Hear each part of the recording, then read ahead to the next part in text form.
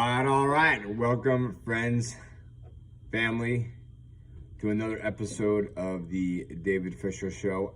I am your host, David Fisher, here at headquarters, Fit Body Boot Camp, Amherst, New Hampshire, where, two different missions, right? The mission of this podcast to get a little bit better every day, and then the mission here at headquarters at Fit Body Boot Camp is to inspire fitness and change lives every day. So, some of you guys may be wondering like what this whole Fit Body Boot Camp is about, why I'm broadcasting or here at Fit Body Boot Camp. As I've mentioned before, business owner, entrepreneur, jumped into the fitness world at a pretty young age. My first really kind of introduction to any type of fitness was, I think it was probably somewhere around maybe first or second grade, Christmas. My uncle had gotten my first weight set. If you guys remember Sears or Sears Roebuck, was a popular department store back in the day, and huge catalog. That was how we did our, Christmas wish list, for Santa. I'll get more into that a little bit later on here in the podcast, as far as the true meaning of Christmas. But for me growing up, at that time, my sister, it was about, getting presents. So, which is kind of strange growing up in a very, Catholic household. My dad was going to be a priest. He was in the Salesians, or it was part of the priesthood, that beginning stages before you actually take that final vow. And my mom was going to be a nun. She was part of a, oh my gosh, I'm going to forget the word, covenant or order of nuns, until her grandfather, which would obviously be my great-grandfather, who lived down in Florida, was hit by a bus, and she had a nursing or a health background and ended up having to leave the nunhood or nunnery. I guess I should probably look these words up before I jump on this podcast, make sure I'm speaking correctly here. But anyway, she had to, or chose to go down to Florida to care for him, where he needed to have, essentially full-time care. So anyway, back to my story here of why Fit Body Boot Camp and my first Christmas with getting my weight set from my uncle here. And it was the plastic kind filled with cement. I literally wore those things out. The way that made me feel, thinking that I was going to become bigger and stronger, through lifting weights. It felt amazing, really, because I wanted to be like him. He was a strong guy. He used to, always throw us around, especially like in the pool. He'd like toss us from one end to the other. We could wrestle with him, climb on him. In my eyes, he was just invincible. So, if this was a way to get strong like him, then absolutely, I was all about it. So, it really helped catapult me into this fitness journey, which lasted for years. It was always part of my life, not so much when I was, a preteen, but as I was getting into high school, it certainly became important, as I understood that if I wanted to make the football team, if I wanted to get stronger, faster, all those things, that I was going to need to add in some resistance training. So, fast forward, 40 years, I have jumped into the fitness industry by opening up a Fit Body Boot Camp, where I'm hoping to help others learn that through fitness so much as possible. Really, it is the cornerstone to so many different things, not only in my life, but for so many of our members that are here, trying to get a little bit better in their own journey, and incorporating that lifestyle that involves healthy choices, fitness, moving the body some more, and hopefully, I know for myself, it's been a tremendous catalyst in excuse me, my personal development journey as well. So wanted to dive into that a little bit, explain why I'm here at Fit Body Boot Camp, and what that really means to me. Is it's really an opportunity to help others to experience the great joy of fitness, and it is certainly not easy. We've talked about that before in previous podcasts, but it's a lifestyle, and it's just about, again, trying to get a little bit better today than yesterday, each and every day, just trying to move that needle slightly forward. So it's counting those small wins, and it really made me think about today's topic, which is belief. Belief versus knowing. And even here at Fit Body Boot Camp, when we do orientations, it is part of the presentation as to the Henry Ford saying, whether you believe it's true, whether you believe you can or you can't, it's true. So that belief is that internal dialogue or conviction. If you believe that you can obtain a fitter lifestyle, then absolutely you can do it. If you don't believe that you can, then I 100% guarantee that will always be an obstacle, is that belief system. So I thought a little bit about this because part of what I'm involved in my own journey, as I've mentioned before, is the Modern Day Night Project, 75-hour men's personal development program. It takes place out in Southern California. Happy to chat more about that, and maybe that's a topic for another podcast. But anyway, part of that brotherhood is a fellowship of men that are trying to move through life and really incorporate faith into their everyday living. So it's a great opportunity. I don't take advantage of it as much as I really should be. But the topic this week had to do with the gospel, Matthew chapter 14, verses 13 through 21, which, I'm not saying that I'm an expert on the Bible or anything, but that anyway is the story of the feeding the masses, where Jesus took the 5 loaves of bread, the 2 fish, gave them to his disciples, and they were able to feed 5,000 men, plus all the women, the children that were there, and they actually had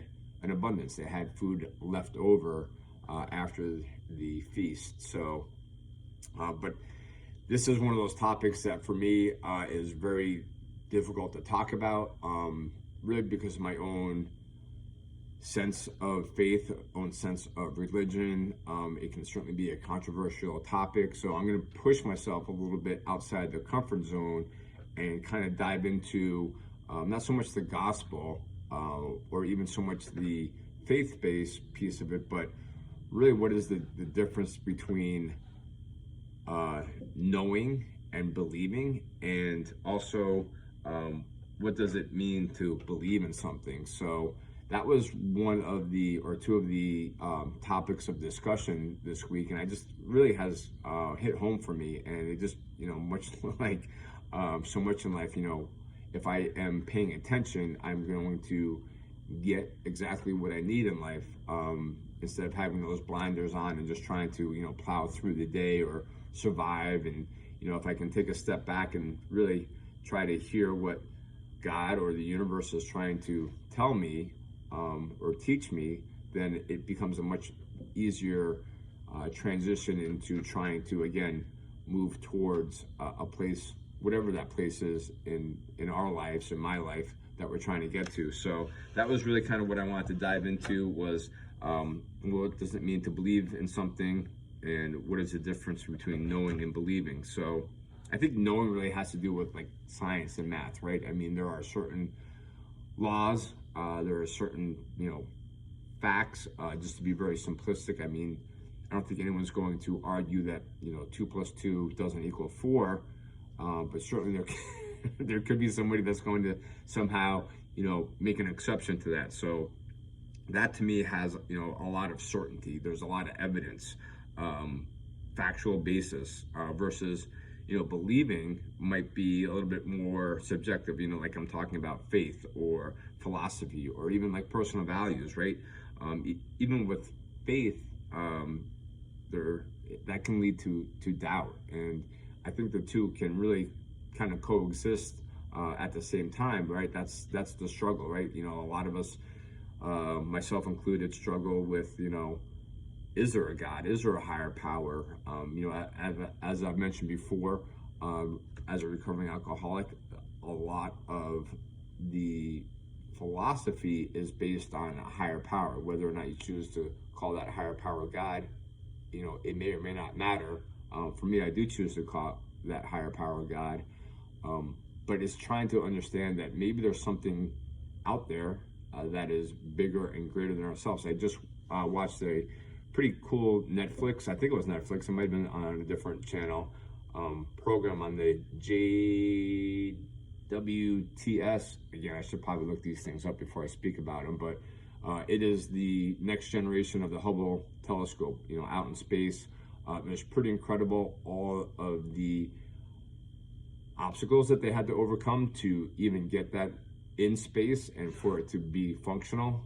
But wow, how incredible is it to think about looking into space? Really, we're seeing things that happened billions of years ago, because obviously that takes that long for light to travel across the multiverse, if that's a word now. But that is just incredible how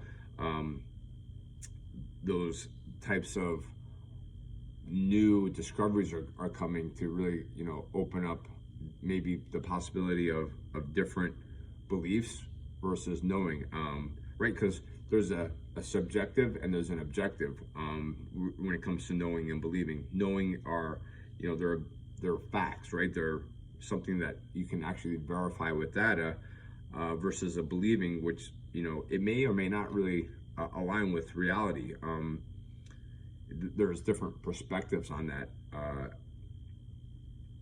because there needs to be an openness to change, or maybe there doesn't. I mean, that, I guess, is the great duality in that is, knowing is more resistance to change unless there's strong evidence to the contrary, whereas believing, much more flexible. I think of, let's just go back, what is it? It was only 400 years ago, right? 500 years ago, whether or not the world was flat.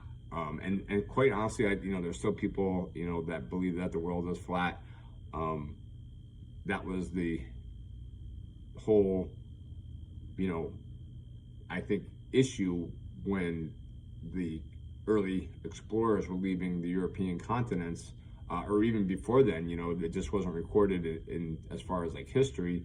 Going back to Vikings, perhaps were really, or even coming across to here in the United States or America, coming across the through Alaska, that way, and populating the North American continent. But anyway, the whole point that I'm trying to make is everyone thought that the world was flat, or a lot of people did. There's very few people that actually thought the world was round. So that's really having that, difference between knowing and believing. Most of us nowadays know that the earth is round. Of course, there's always going to be the exceptions to that, that know that the earth is flat. So there's really that logical piece, right? The knowledge based on rational thinking, and looks to move those inconsistencies where believing doesn't always have those strict rationalities, and there's a lot of assumptions that are involved in the belief factors. And then really the last part that I wanted to chat about was, verifications. There, in knowing there's a community that has that consciousness, because it can be verified, right? More and more explorers traveled all the way around the world, sailed all the way around the world, and it became, fairly hard evidence that the earth was round, versus, falling off the edge of it at some point if it was flat. but maybe that's really not the flat Earth theory. I honestly don't know what it is, because I I believe that the Earth is round. But that's that, because it's personal, it's private, and it may not require external validation. Like for me, like that's already been proven. So I'm not requiring further evidence of that. So that's really part of that belief system. So that is really the message that I want to share. Boiling it down to that Henry Ford saying, whether you believe you can, whether you believe you can't, you are correct. And then even taking that out further as to, how do you have that faith, or how do you have those personal values, that philosophy of life that may be subject to change, right? There could be different nuances that come in. I know that's certainly true as far as like personal values for me. I've always tried to maintain that. It's been one of my core principles is to always remain teachable, right? I don't ever want to pretend that I know everything, or that if some people refer to it as that white belt mentality. Always trying to be a active learner in an effort to really to be teachable, to be humble, to never really think that I have all the answers, or that you don't need to tell me whatever it is that you want to tell me, because I already know that. Like that to me is a very slippery slope, and quite honestly, once I start feeling that is going to be my responses, like I already have the answers, then I know that I'm in trouble and need to step back and reassess the situation to get a different perspective. Hope that was something that you found some value in today, friends. I certainly appreciate the likes, the subscribes, getting right through another episode today of the David Fisher Show. Thank you, friends, family, for tuning in. And until next time, hope you guys have an amazing day. And just in case nobody told you yet today, or this week, or this month, or whatever, let me be the one to tell you that you are absolutely worth it, my friends. Take care.